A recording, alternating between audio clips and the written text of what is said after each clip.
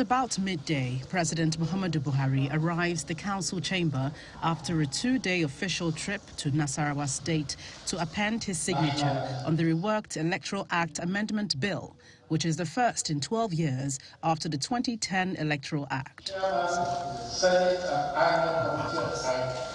The President of the Senate, Mr. Ahmed Lawan, Speaker of the House of Representatives, Mr. Femi Gbajabiamila, Chairman of the Nigeria Governors Forum, Governor Kayode Fayemi of Ekiti State, the Chairman of the Inter-Party Advisory Council, Mr. Yabagi Sani, as well as other members of Cabinet were in attendance. Chairman, Independent National Electoral Commission.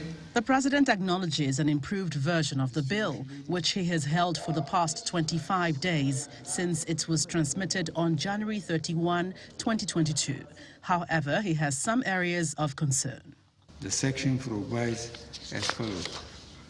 No political appointee at any level shall be voting delegate or be voted for at the convention or congress of any political party for the purpose of the nomination of candidates for any election.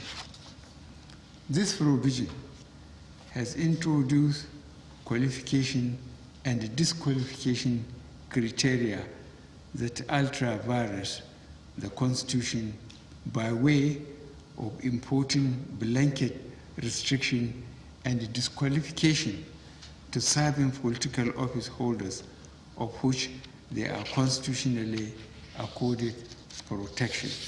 That provision is a major objection raised by the President, which he believes infringes on the rights of political office holders. He wants the National Assembly to amend the section. Arising from the foregoing, with particular regards to the benefits of the bill, industry, time, resources, and energy committed in its passage, I hereby assent to the bill and request the National Assembly to consider immediate amendments that will bring the bill in tune with constitutionality by way of deleting section 84, subsection 12 accordingly.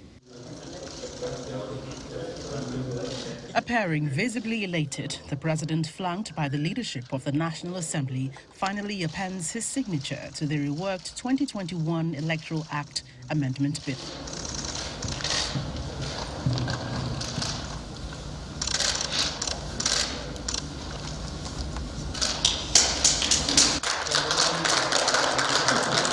Moments after the brief ceremony, the President of the Senate, as well as the Speaker of the House of Representatives, apparently went into a private meeting with the President in his office.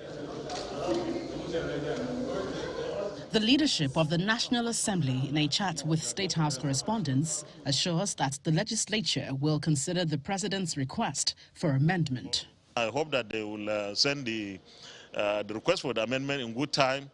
Because time is of essence, INEC is waiting, and because we don't want to spill over some of these dates unnecessarily, we will be expecting a communication from Mr. President with respect to this, and then the National Assembly in both chambers will look into the request for amendment. Other participants at the brief ceremony expressed binary views of hope and possible pitfalls if enforcement is lacking. I believe that the laws are there, but what is lacking is the enforcement of those laws. At the point of voting, we still have to come up with ways by which we can address the issue of use of money, obscene use of money, to influence voters. Otherwise, to be garbage in, garbage out. Now that the reworked 2021 Electoral Act Amendment Bill has been signed, expectations have obviously soared, and a more reliable election conduct in the country is imminent. But apparently this law is not an end to all electoral challenges in the country. It is hoped that at least the law will address issues of manipulation and provide a level playing field for all political parties in the country. From the Presidential Villa, Gloria Umezuke, Channels Television News.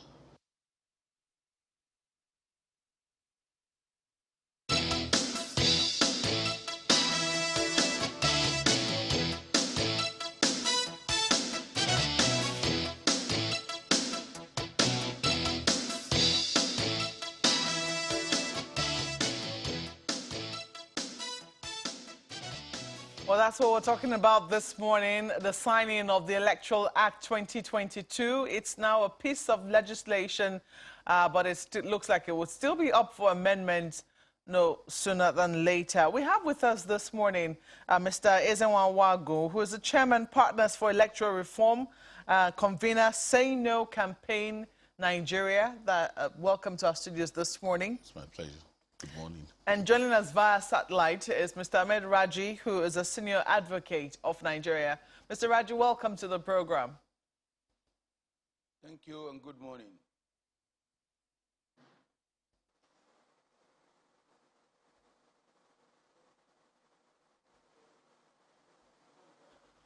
Well, let me start with you, Mr. Wangu. I'm sure that, you were, I don't know if you were elated or I don't know what your feelings were, but I'd like to know how you felt on Friday, because as of last week, CSOs were planning a day of action. That's what they were planning. I think they had asked the president to sign, and it didn't seem like it was forthcoming. We did get wind. He was going to sign, was it on Tuesday or Wednesday, but much later it was moved to Friday. Eventually, we saw the signing, however, with one or two reservations. But how did you feel when he eventually put pen to paper? Well, I think he helped to depopulate the strings of opposition that had trailed his not signing 5 times between 2018 and 2022. That casts a spell of someone who didn't want electoral integrity. And so with that signing, that put up that lead. And it creates excitement, cautious excitement. And the reason for that is because the political class in Nigeria are not truly yet in the conversation for free, fair, acceptable election. You say there's cautious excitement. Yes. And you've given your reason that the political class are not seem inclined or in tune yet with free, fair elections. Am I getting that correct? Yes. But as I did ask on Friday, I said this Electoral Act has been a baby of many elections. It would seem that it's as a result of lessons learned from previous elections that we finally fashioned out this Electoral Act to try and cure some of the ills that we've seen in previous elections. So whether or not the political actors are in tune, shouldn't this be curing some of the malfeasance that we've seen before now? Well, we brought the smart card reader. The smart card reader, we did indeed brag that it was a game changer. But we did saw that collusion, community collusion, official resistance to this process that I'm talking about, criminalize the smart card reader. How do you mean?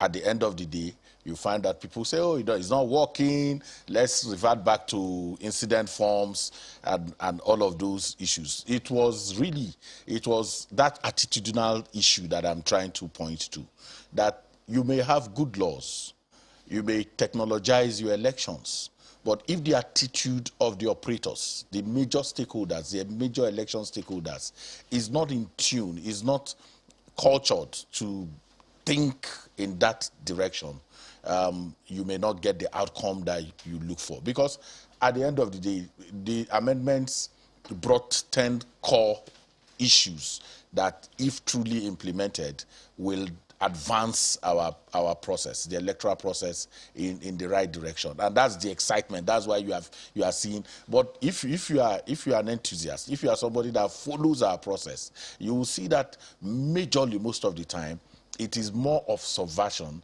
more of collusion than really the laws. Because this piece of legislation is the most amended piece of legislation that we have had. At every legislative foray that we have, there is a tinkering with those laws. But at the end of the day, the outcomes that we get does not match the expectations and the excitement that follow some of those changes. So my call really is that there needs to be much more advocacy around attitudes, around, for instance, the law is saying if there can be a review now, okay? If a returning officer makes a call through duress, there can be a review.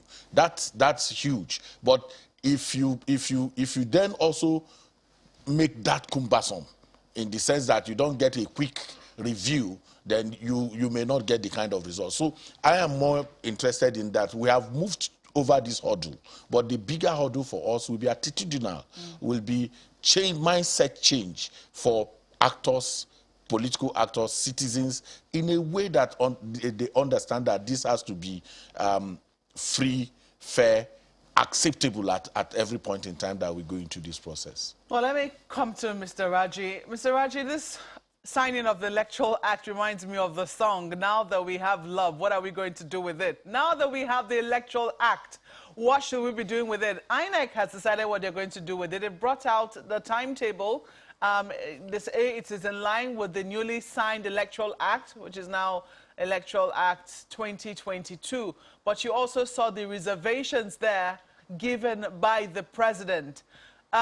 First, what are your thoughts on the new Electoral Act? And then I'll also ask you much later what your thoughts are on the reservations as well. Well, thank you very much. I think, first and foremost, we need to commend the president for signing the bill into law, because despite the reservation that he had, or he still has, he signed it. That is a commendable action on his part. And also, we should commend the National Assembly for learning from the past errors and then beefing up the new Electoral Act, which has come up with some innovations or a kind of, for example, the use of smart card reader. It was not specifically provided for in the previous Electoral Act, but rather in the INEC guidelines. And the courts are of the opinion that for smart card reader to displace voters register for accreditation, there must be a specific provision in the law, and this they have done. And it has also made it very, very necessary and compulsory that without a card reader, there cannot be an election. And where a card reader is not deployed to a polling unit, or it does not function, then INEC must have to, within 24 hours, conduct another election with a card reader in that particular polling unit, except where the result of the unit will not have an impact on the ultimate result of the election of that constituency. So back to your question, I think it's a big improvement, but I agree with the previous speaker, but it is not just the letters of the law, but Nigerians must breathe life into the spirit of the law. Our attitude must be in tune with the law. The law may be good. If our mindset is not good, then we may not have the kind of result we are expecting. For example, Mr. President has raised reservation. We need to debate it, we need to look at it, and we all need to have an open mind as to what he has said. Is it in the interest of the Nigerians, or is it just to cater for the interest of a few people around him? Is that good for the system? So these are the issues that will be thrown up in due course. But in general, it is a welcome development. And I believe if it is faithfully implemented, if the spirit, both the spirit and the letter, although in law, you may know the letter, the spirit may be difficult to ascertain. But if you look at the mischief against which this law was enacted, it will be very easy to know the spirit. So we have to go by the spirit so as to check the errors of the past. This is my initial reaction to the law, for which I commend the National Assembly, especially the leadership under Dr. Lawan and Mr. Gbadabia Miller. Thank you.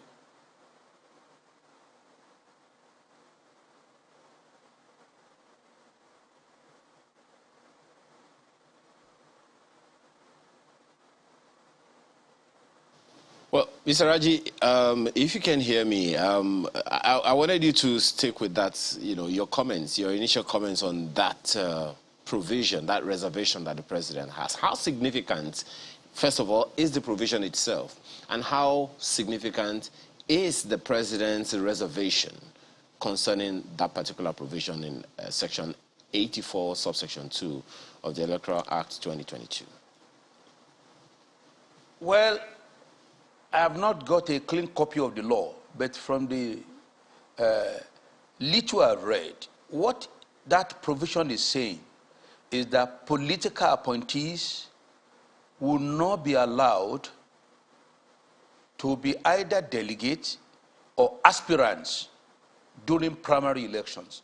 Meaning that if you're a political appointee, you cannot go and vote to elect candidate either under direct primary or indirect primary. Or even consensus, you cannot take part. Or you yourself, you cannot be a candidate. You cannot be an aspirant. Question, who is a political appointee?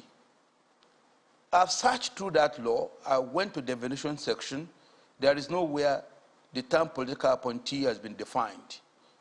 Aspirant was defined, political party was defined, but no meaning ascribed to political appointee. But against the spirit of that law, the provisions, I want to assume that the political appointee will refer to people like ministers, chairmen of boards, special advisors, special assistants, all those who are participating in public affairs other than through election. Or not other than through election and not by employment. Question, since the term has not been defined, will a career ambassador be caught by this provision? Will a vice chancellor appointed through whatever means he has been appointed be caught by this provision? Will a chief medical officer of a teaching hospital or medical center be affected by this provision? Because all these people, they emerge through a political process, but not through employment and not through election. So I believe the National Assembly will have done a better duty by defining the term political appointee. But be that as it may, Mr. President's reservation, notwithstanding, the law is what it is. There are two schools of thought. And one school is, well, we should look at the rights of the political appointees and then allow them to participate freely. But does that law really prevent them from participating? All that law is saying is that if you want to step down, you can't be a political appointee and be taking part in all these processes.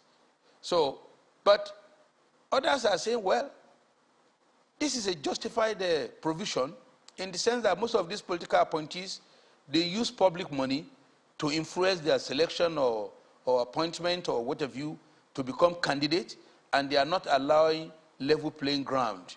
And that most of them, especially ministers, they will do whatever to muzzle their way by using the auspices or their platforms. So in order to create a level playing field for all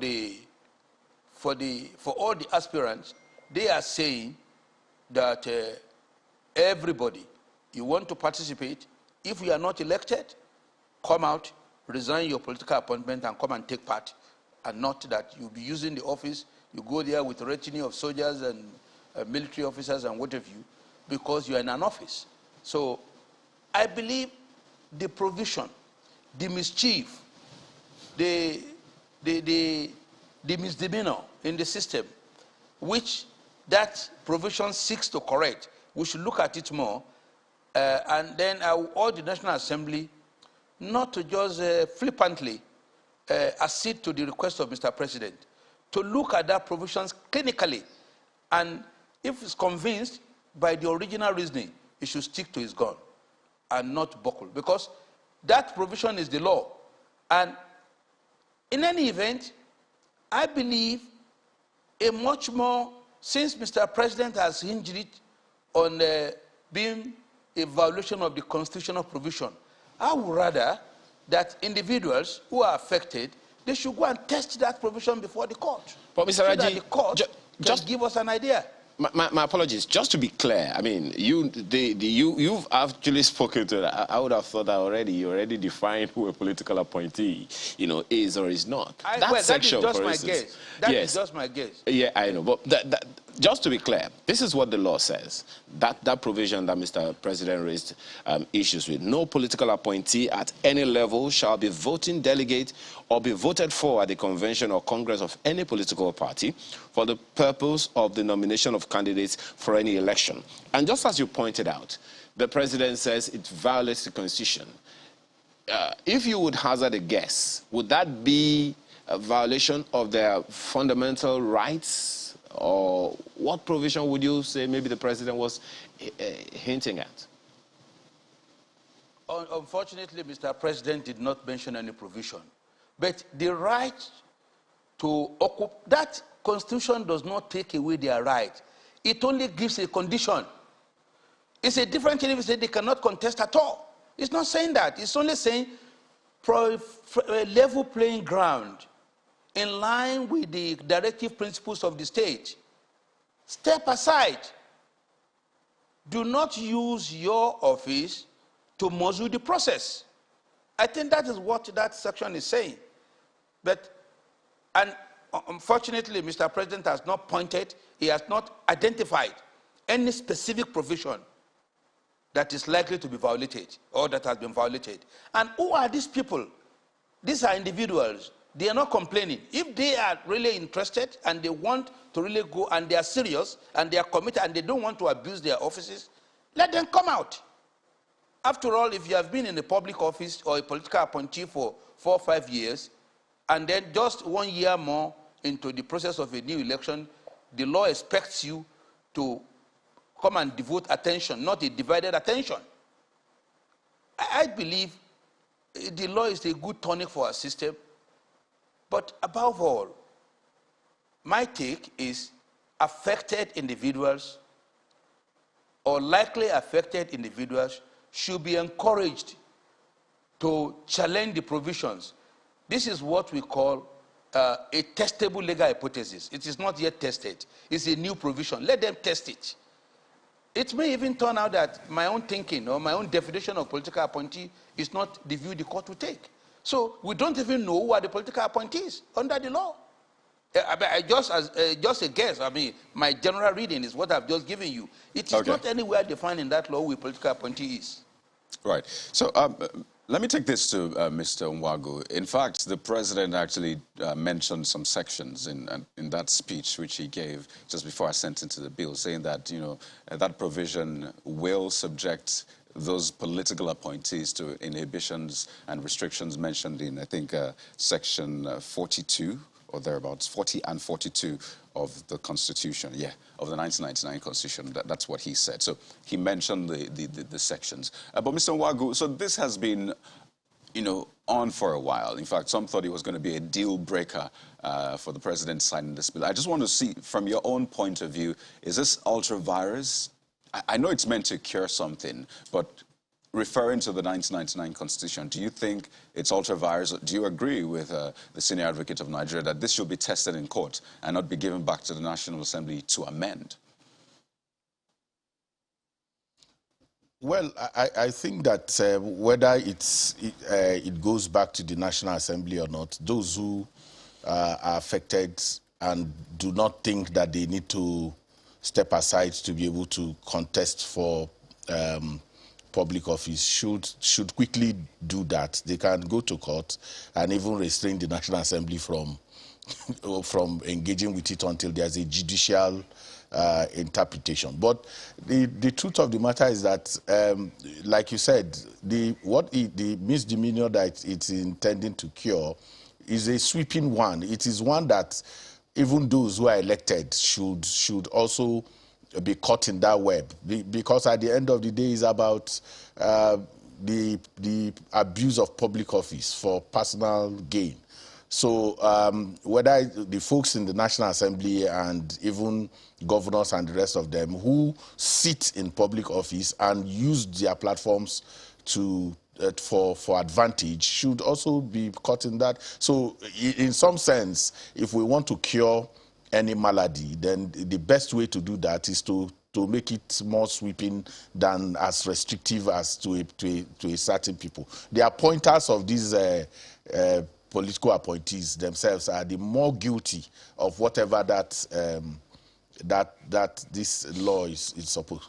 Okay, Mr. Wagu, So, pardon me to come in right now. I think we're due for a break, but this conversation is quite interesting. It's classical. What may be right or what may be intended to cure an ill might not be constitutional or otherwise. But we'll go to break and come back to this issue and so much more, especially with the convention, APC convention, the Osun-Ekiti elections, how this will impact on them. So please stay with us.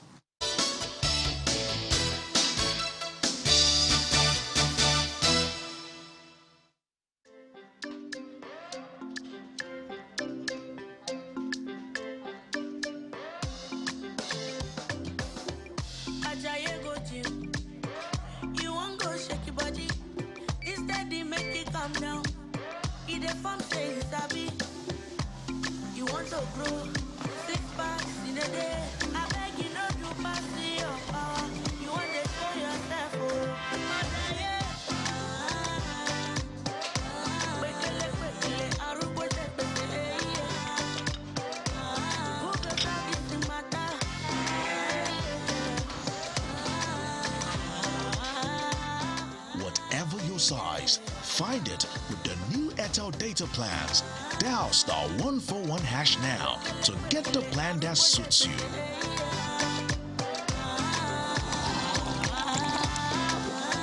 Airtel, the smartphone network. Confidence is important in life's little moments. Strong teeth can help, even if they get her into trouble sometimes.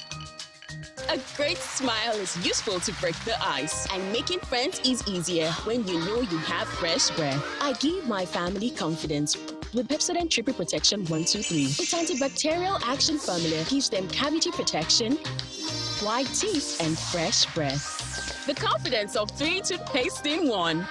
Pepsodent Triple Protection 123. Good afternoon, sir. Please, I need a room to rent in your house. Okay, where do you work? I'm a nurse. That means you won't owe me rent. Congratulations, young lady.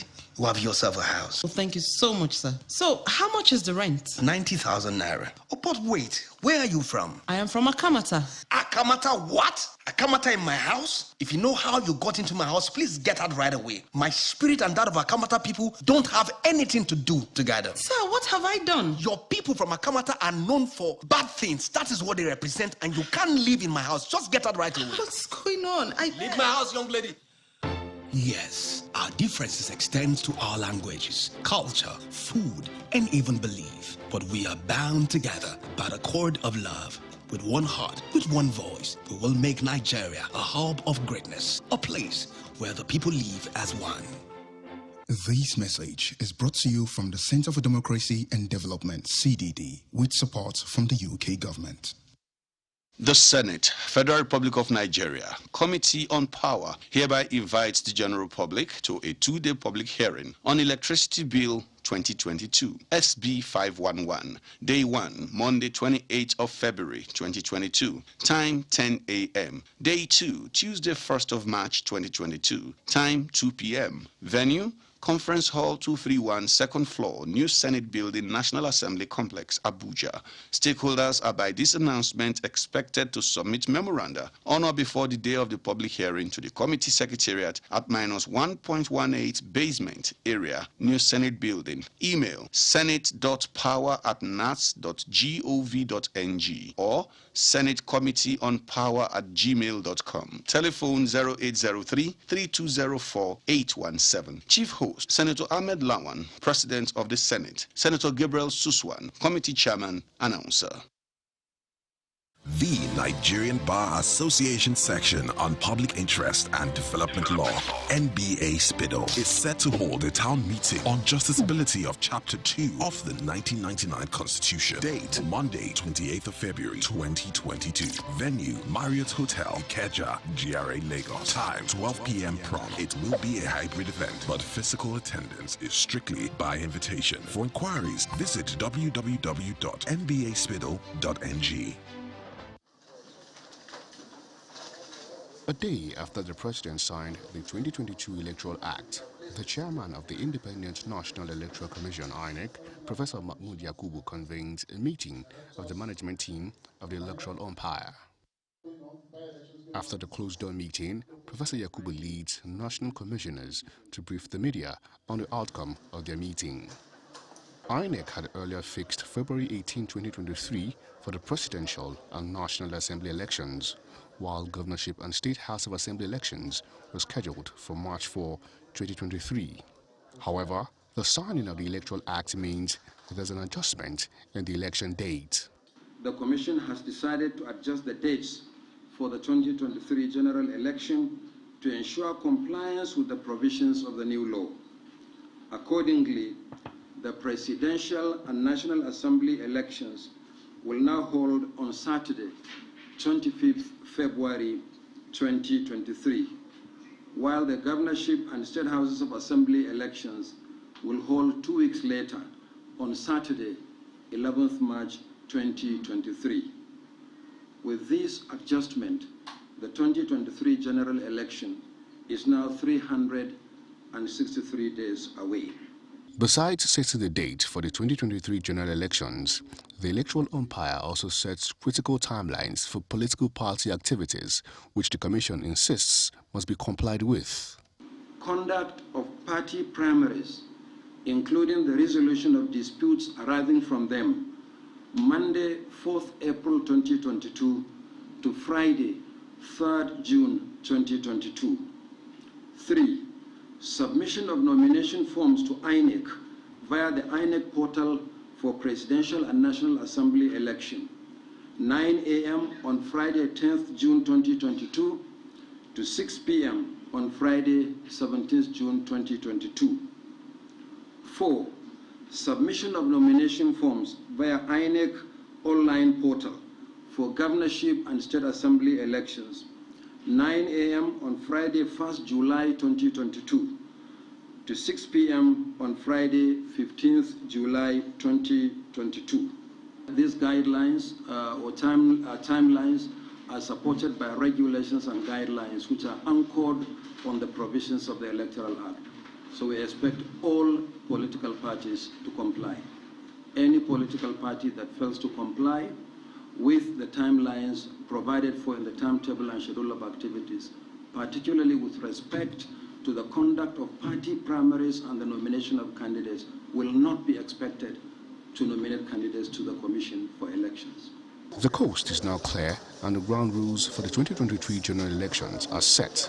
All eyes are now fixed on the political parties and electoral umpire to see how these provisions will be implemented.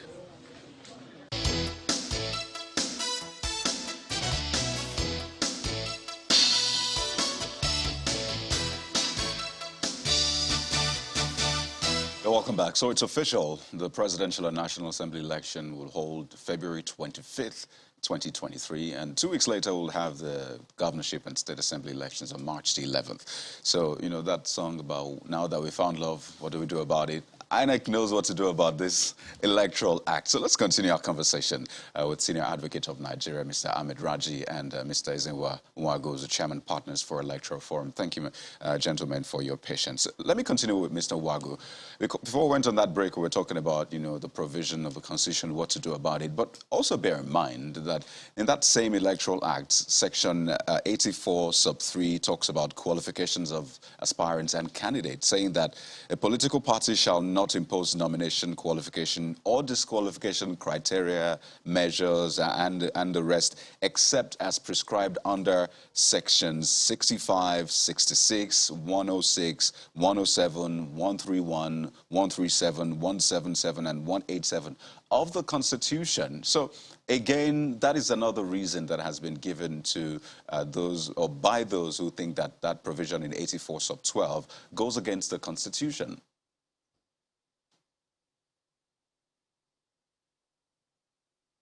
That's for Mr. Nwagu, by the way. Well, I didn't get to hear the last part of your conversation, but what is important for me will be that, like the senior advocate said, those what are the intendment? What is the intendment of an amendment? The intendment is to cure a certain malady, and part of what we have seen is the obscene use of public office for personal gain and advantage, and that law is hoping that if you want to contest for public office, you should excuse yourself, and then so that can create some. So my worry, and I was sharing that with Maokwe, was the one who appoints is the one who gives advantage to the person that he appoints. So you've seen the use of private jets, you've seen the use of the security agencies in a manner that gives advantage to people who are in public office. That shouldn't happen. So if we're going to have a law, for me, that is as restrictive as we have seen, it has to be sweeping, and that's the point that I make. So the constitutionality of it has to be decided by the courts. The courts can weigh in on this and bring clarity to some of these issues. But as someone who has been observing election for a long time, I have seen very, very terrible use of public office to advantage those who are in it. And if there is a law that is saying before you can contest election, before you can become an aspirant, you need to take a leave so that all of the people who are in this contest can come to a level playing ground. I think that is desirable. That is something that we should work on. The National Assembly must take a contemplative look at that section 84 that has become vexed, and not just look at it from the point, because one of the problems that I have with our lawmaking is that, and I keep making that point, is that those who make law are always looking at themselves rather than looking at the overall public good that the law that they have passed will bring about. We should be a bit more wider in the way we look at the implications of all of it and bring a law that serves public interest and public good. Let me take this to Mr. Raji now. I'd like to ask you what you make of the timetable. Do you think it is too tight? I mean, I've tried to study the notice of election. Some parts of it appear a bit technical, but I'm sure that if people take time to really look at it, perhaps they'll understand that sometimes it does appear that the dates are a little tight from where we currently stand. Do you think that from where you stand, do you think our political parties understand the import of these dates? And from the organizations you can see amongst the political parties, do you think that they are poised to meet these dates? I think with commitment, they will. Because who are this political class? The very people who made these laws, they are the political class. And of course, they are aware of the timelines. They are aware of the burden it is going to place on them. And since the law has been signed, and gracious enough, INEC came out to roll out the new timetable, I do not see any problem. The whole thing will start, I think, around April. This is February, and then we have a whole month to get their acts together. And what is really before us right now is for them to bring out their candidates. And thank God, under Section 84, it can either be direct primary, indirect primaries, or consensus. So if direct primary will be cumbersome, they can go by consensus or indirect primary through delegate system.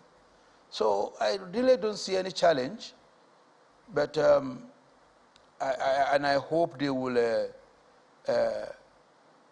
act in good time so that Nigerians will know those who are likely to be on the ballot, and they will begin to assess them, because it has given Nigerians enough time to study all the candidates and to make a choice before they actually go to the ballot.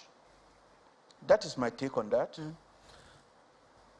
This Electoral Act has been a long time coming. I mean, since 2007, when we had those elections where President Umaru Musa Yar'Adua, who's late now, talked about how the elections needed to be corrected and, you know, empaneled the Justice Ways Commission to be able to look through it. You have been in court. I mean, I'm sure you've had to handle electoral cases, electoral matters in court.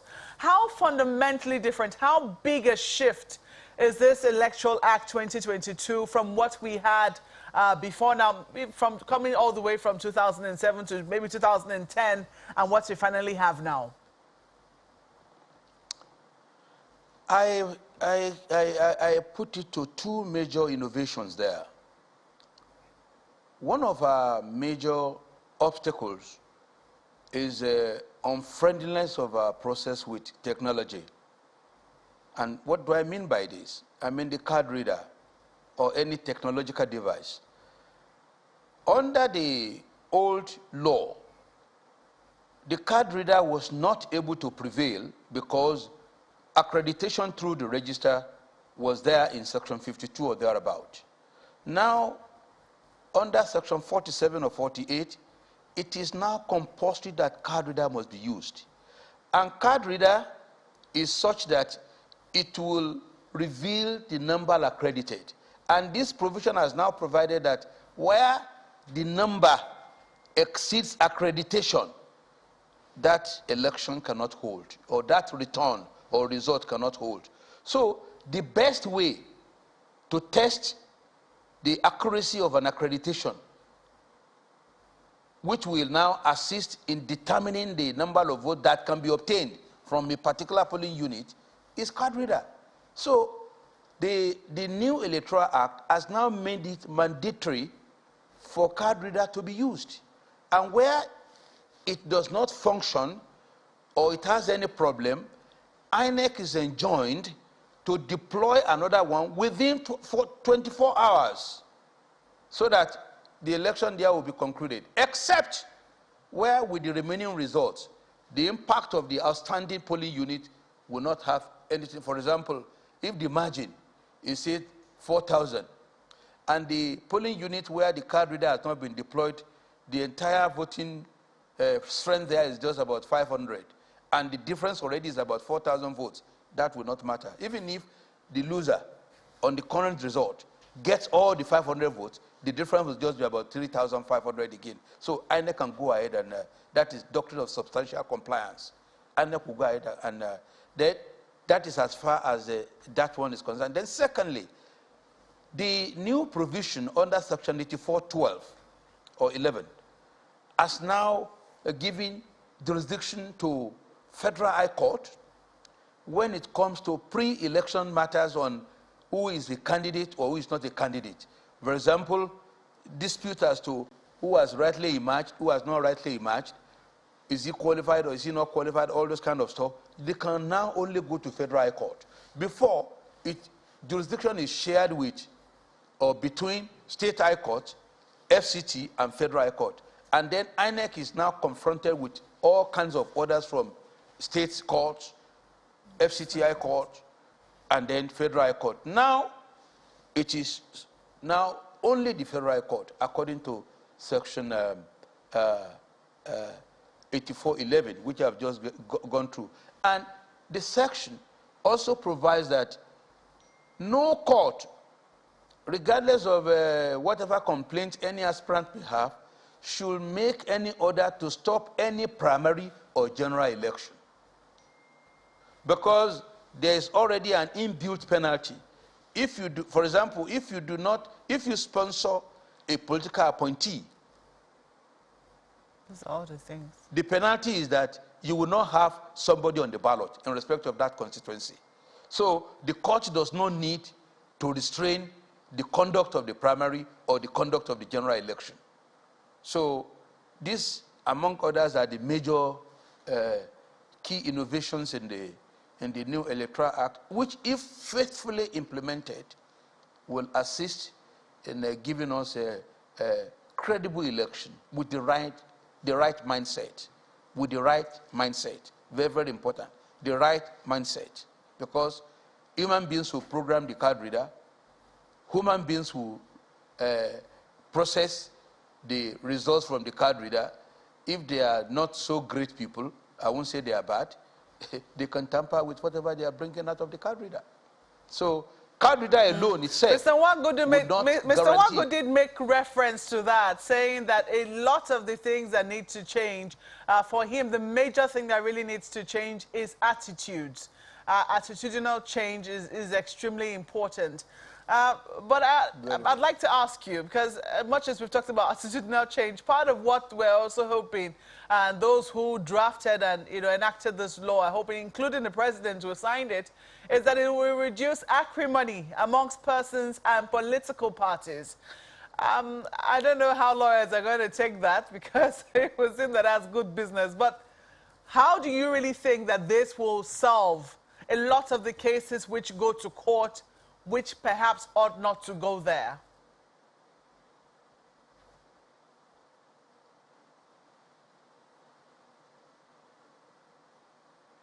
Well, I lost you. I can't hear you. I can't hear you towards the end. Hello? Do you really think that this will solve the problem of acrimony amongst persons and political parties? Well, I do not think Electoral Act alone will be able to solve that.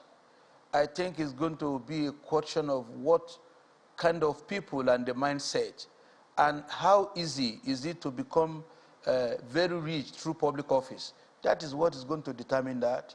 Because if you have a good electoral system, but there is a lot of abuse in the system, whereby the only thriving business is politics, the acrimony will continue.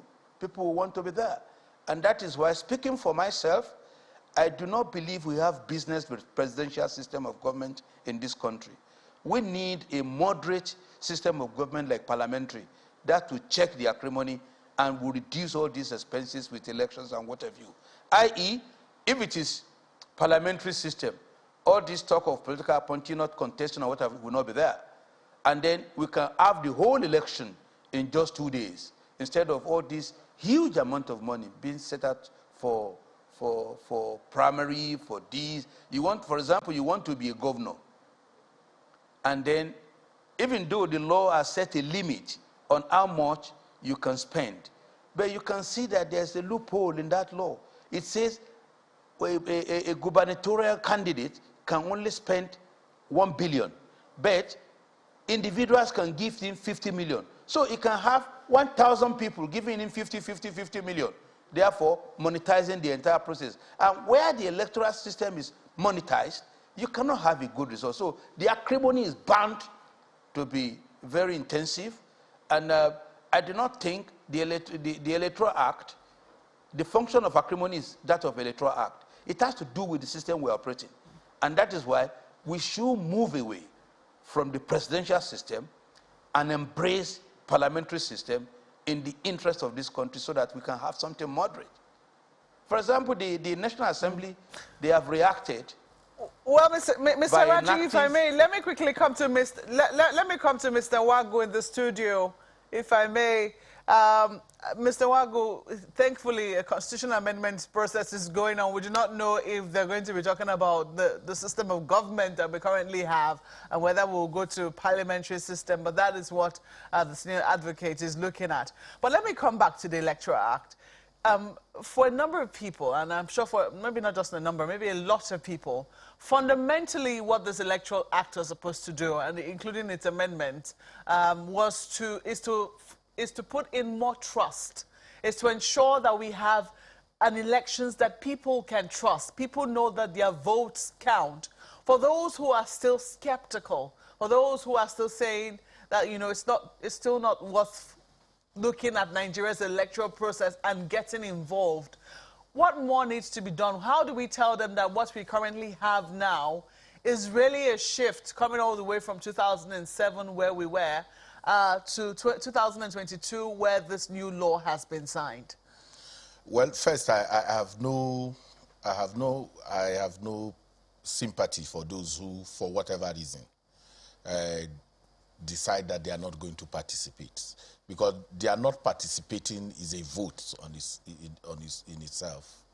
For instance, if the citizens didn't rise up around this shift that you have seen in terms of passing the giving assent and the rest of it, there have been citizen action that have shifted the way we do things in our country. And if we all laid back and say, oh, it doesn't concern me, things are not going to work, we're not going to get the results that we're getting. But there's still those who will say I'm coming. I'll let you land on that, but there's still those that will say we have no choice over who the political parties throw up. Now, if you want to be part of those, if you are not where it's being shared, you can't say how was it shared. Okay, so if you want to know how it's done, if that is what you are interested in, you get into the political parties. Today we have a multi-party political system that allows you to vent your aspiration in different political parties. So, except you want to be in the dominant ones, because of what we know, it happens there. But the point that I want to make is that we've had a shift. 2007, the man who won the election came and said, oh, this process is flawed. I need to do something about it. What was the worry? The worry was that you were going to vote and the result of where you are voting is already been announced. That's where we came from. And then we moved from there to the point where right now election has been taken away from INEC. You had a situation in which ballot papers were brought to politicians in their homes. Before election day, result sheets are stolen and shared. That's where we are. Today now we are coming to a point where you can transmit results from the polling unit in almost real time. And then you can then match it with a manual process, follow it up. So that's by, that authentication process in terms of first, even voter identity. The voter identity test. You have people who have multiple cards. They had 10 cards, different, Now you can't do that, okay? Because the process will find you out. You also have a process in which our voter register is being, through this authentication process, is being made to have integrity. So if you don't want to participate now, the laws are there that guarantees electoral integrity, that promotes trust in the process. So all that needs to happen is you ensuring that you come out and insist that what is in the law is done. For instance, if you have a law now that says an INEC official who contravenes his oath of office will be penalized. That was not there before. Okay, it's now there that if you get results through option AK-47, as we saw in some states, that right there that the commission can review those. There are people who are sitting in the Senate who got their results through duress, and it is known publicly. But because the law says once a returning officer makes a call, okay, it is only the court that can. And so the politicians' attitude was, let us go to court. They do whatever they do. They stuff ballot box, they pour ink on the result sheets and mutilate the process and say, look, go to court. Now that is not going to happen. The INEC has a vested power now through these new laws to be able to make a review of all of this. And that shows up citizen, confidence and trust in the electoral process. So those who don't take advantage now will not have any excuse. And that is important, because the law by itself does not guarantee anything. The fact that you have a law does not guarantee anything. It is the ability of citizens to show that oversight on those laws that guarantees the kind of reforms that we're going to see. And those reforms will mean oversighting even the political parties, citizen oversight on the activities of the political parties. We cannot leave them and say, because at the end of the day, the leadership recruitment process that they engage in throws up the kind of candidates that we eventually vote for. So we can't stay aloof. They are, like the senior advocate was saying, if there are issues of timeline now, citizen groups and organizations must begin to put the pressure on political parties to first and foremost understand these guidelines. Because oftentimes, what I've seen is that there are people who contest election who don't even know the laws under which they are contesting election. There are people who speak about electoral process who have no idea what the rules and regulations that guide those processes are. So there need to be mass education even for the political parties. There has to be training on these guidelines, on the new law, so that they themselves can take advantage. Citizens also need to understand it. So the reality for me is that, yes, we have a good law, or we have what looks like a good law now, but at the end of the day, citizen action is important. We need to also engage the judiciary, because at the end of the day, whether you have a law, it is they that have the interpretative power. If they say it is not this, like the senior advocate was saying, you now talk about spirit and letter. They are the ones who interpret the spirit and letter. So if they also are not properly educated, because these laws are not, they are not taught in the university. This new law will not be taught in the university when some of the people who are judges today became judges. They need to be schooled. They need to be trained on those new issues to understand it in a way that they can give, you know, fair, honest, you know, judgments around this issue. So we need to now do some advocacy. There's a new law, but the new move should be citizen advocacy around understanding this new law and how we can take advantage of it. Let me flip to my colleagues in Lagos now. I know they have questions. Well, thank you, Mark. Well, let me begin with Mr. Raji on this. So much to discuss as far as this new law is concerned, but there is a provision that, you know, we probably are edging closer, if not already crossed the line of, and that is Section 3.3, which talks about the date of the election. The election funds due to the Commission for any general elections are to be released to the Commission not later than 1 year before the next general election. I know that 365 days make a year. And according to the INEC chairman, with the new provision, we have 363 days to the election as at the time that that announcement was made. What are the implications of this? Well, I think the arithmetic of that provision, or may I say the spirit behind it, is to ensure that adequate planning is made and INEC is not placed in a precarious position where it will not be able to make necessary orders, because election is a process, not an event. And when you see it as a process, you need adequate planning. And if you have to release the money in the year of the election, it may rather be too late. But I think the federal government has been doing the needful, and the spirit of that law has been complied with substantially. Bulk of the money, according to the INEC chairman in one of his press interviews, they have been released. I think what is remaining is just the recurrent ones for softwares, but the major ones that will need time to produce, I think the federal government has substantially complied with that. But the old essence of the law is that if election is taking place in 2023, all the money, it may be February 2023, all the money for the election should be released latest by February 2022 for adequate planning. But for the purpose of this process, ongoing process, I think federal government has complied in principle with that law.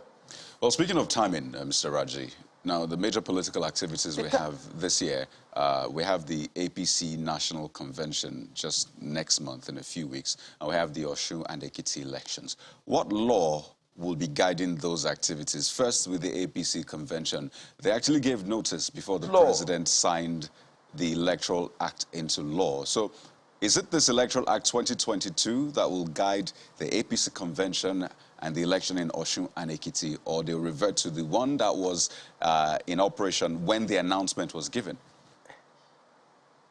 you see, all the activities that took place before the announcement of the law in line with the old law will remain valid.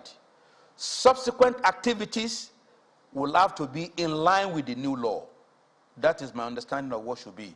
You can't expect them to comply with a provision that has not come into being. It's not possible. And the law is not retrospective, it is prospective. As far as previous actions, what they did, i.e. asking for Congress to be held, giving out notice and what have you, they are valid in law because they were done under an existing legal regime. The new law takes effect from the date it was signed by the president, and it is only subsequent conduct or actions just to clear the provisions air of that law that will have to, yes. Just to clear the air, I'm talking specifically about the APC convention now. If they're going to go consensus way, recall that the Act talks about how to go about consensus. That's the 2022 Act. Yes. So will they be relying on the 2022 Act or using the 2010 as amended? The day they are doing the consensus, the 2010 Act has gone. It's in the dustbin of history. It is the new law which has been signed that will now have effect on the consensus arrangement. So they have to comply with the new law because the new law is already on. By the time they are having the convention or the primaries, it is the new law that is in place. So they have to comply. They cannot be seen to be complying with an old law. I don't know if that one answers your question. Well, Hello? it certainly does. I want to believe that, you know, we'll be seeing the political parties complying more and more. As Mr. Nwagu said, perhaps they also will need to be educated that the 2010 Electoral Act, as amended, as you said, is now on the dustbin of history, and that what is in operation is the new Electoral Act 2022. On this note, I'd like to say thank you very much, Mr. Ahmed Raji. Thank you for joining us this morning. He's a senior advocate of Nigeria. And I also like to give our thanks to Mr. Nwagu, who is the chairman, partners for Electoral and convener Say No Campaign Nigeria. Thank you so much for coming on the program this morning. We'll take a break at this moment. When we come back, ASU is still on its one-month strike, and NANS, as the National Association of Nigerian Students, is threatening a showdown if the federal government and ASU do not reach an agreement and call off the strike. What's going to be ASU's take on this?